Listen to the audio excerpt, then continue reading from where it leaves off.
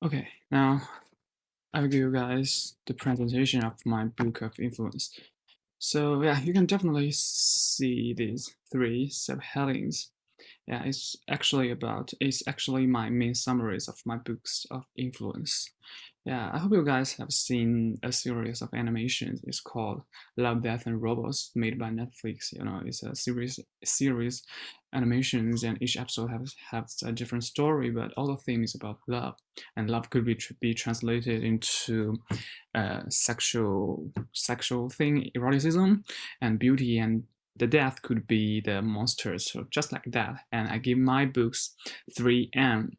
So it's about the monsters, the manga, and men. And the monsters could also be something like supernatural thing, superpower, those things. Yeah, and I will give you guys four artists that I think influenced me most in the past few years. The first one was a Japanese manga artist, and the second part I will give you guys some monsters images I collected from the movies, and the next part is this is he's one of my favorite directors, Guillermo del Toro, and the last part I will share with you guys the first illustrator I liked when I contact to the field of illustration. Yeah, so just let's start it. Yeah, the first manga I ever read is The Bleach and created by Kubo Taito. Yeah, I remember I seen this manga about when I was maybe 11 years old. Yeah, I I remember the first glance I saw this manga was totally just I was totally captivated by his drawing style and the beauty of the way he styled it, his characters. You could just see those color, it's thick like a Chinese ink painting. And this is the leader character. Yeah, and this is the images I collected from his manga. You can easily see he's really good at using the simple color, black and white, and to create it such maybe creepy or tense the vibe, can create those vibe.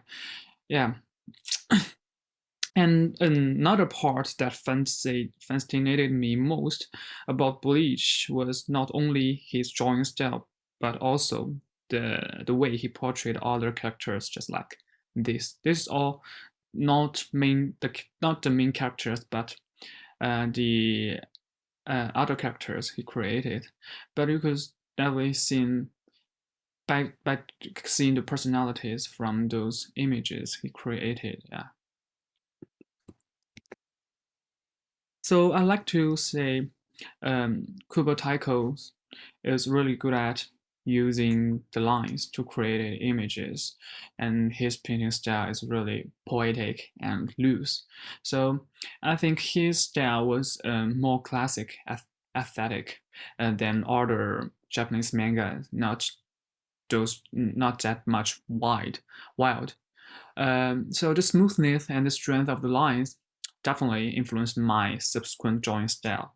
So I think he's my favorite one. And the second part is the monsters images I collected from the movies. The first one is the thing.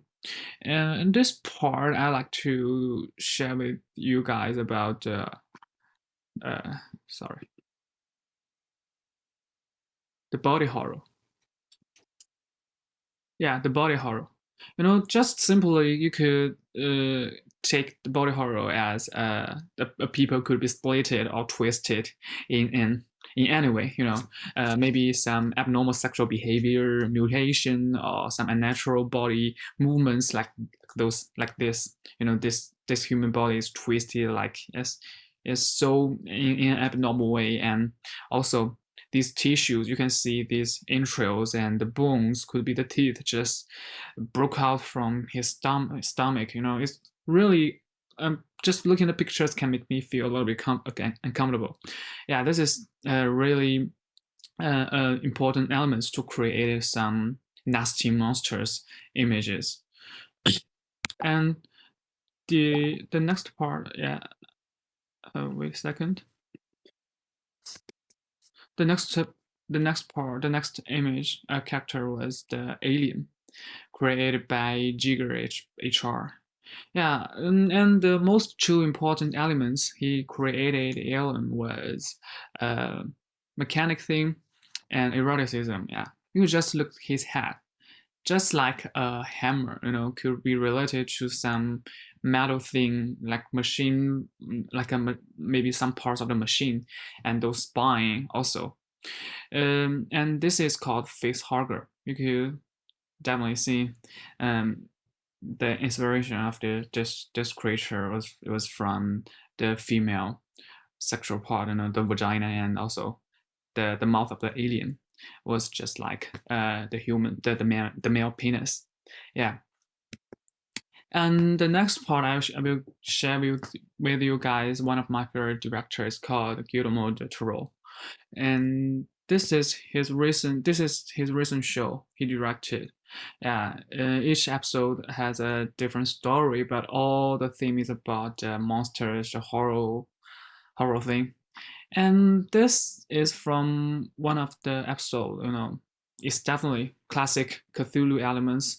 They think though this creature with the head of this creature just like a jellyfish and with those tentacles like octopus, and really creepy. And those human body tissues with those holes, yeah, will really make people feel uncomfortable and feel nervous. And the next, this is also an episode I collected from that show. This also like this picture could also just maybe sort of a alien, like an alien. I think the death and I think the mechanic thing and the eroticism could be the elements for most for most monsters. The process for the process of creating the monsters could use these two elements, mechanic and the eroticism. Yeah. And the last part I will give you guys the first illustrator I liked is called, his name is James James. Yeah. Um, the main reason for me being attracted to him by him was his gorgeous style. You could easily see this. Those classic compositions with really exaggerated colors. So this coupled with the frequent fusion of animal and human figures, just like this. Not only the animals, could also be the plants, and just like this and this. Yeah, so the flamboyant appearance also reveals something, yeah, really a little bit creepy. And this is the experiments and the sketch I draw during the period was inspired by him. Yeah, so that's it. Hope you get. Thanks for listening.